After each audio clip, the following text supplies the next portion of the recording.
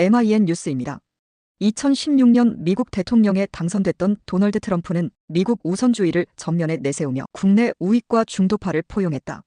하지만 제2차 세계대전 이후 70년 이상 유지되어 오던 세계 질서를 깨뜨렸다는 부정적인 평가를 받았다. 트럼프 대통령이 다수 전쟁의 종전을 내세우며 2025년 노벨 평화상을 받기 위해 고군분투했지만 실패한 이유다.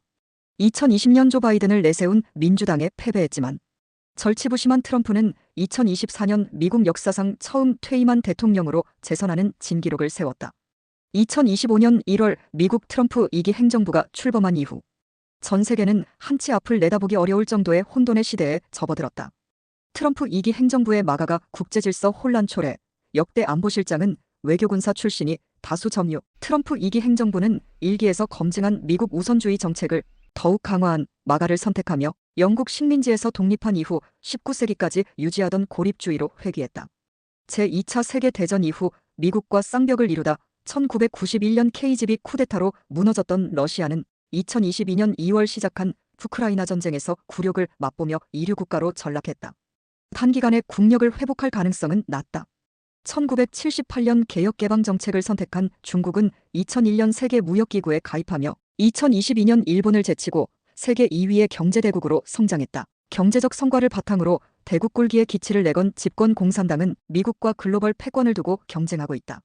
이른바 중국 제조 2025를 내세우며 패권국의 발톱을 드러냈지만 주변국의 강력한 견제만 초래했다. 일본은 1970, 80년대 급성장한 경제 덕분에 초호황을 누렸지만 1990년대 초 버블 붕괴 후 이른바 잃어버린 30년을 경험했다. 첨단 산업기술과 제조업을 기반으로 영향력을 유지하기 위해 안간힘을 쓰고 있다. 골수 우익의 시대착오적 발상을 깨뜨리고 국민의 정치 무관심을 타파하지 못하면 국력 쇠퇴를 막기란 어렵다고 보여진다.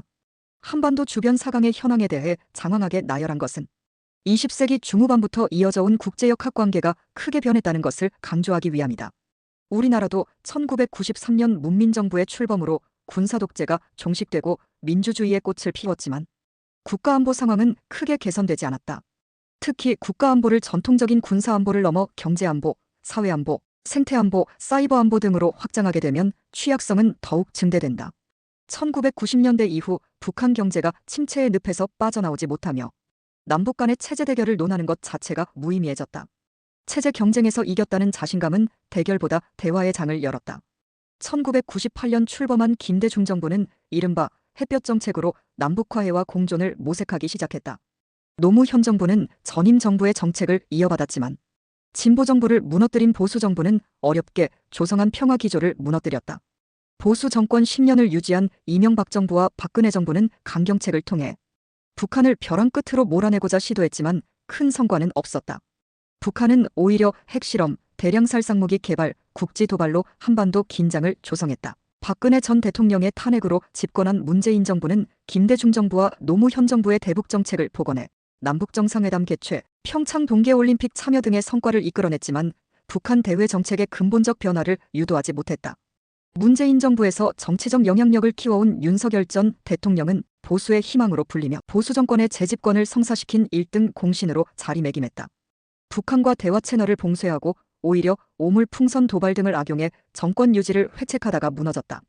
2부에서 계속됩니다. 오늘도 즐겁고 행복한 하루 보내시기 바라며 구독과 좋아요 부탁드립니다.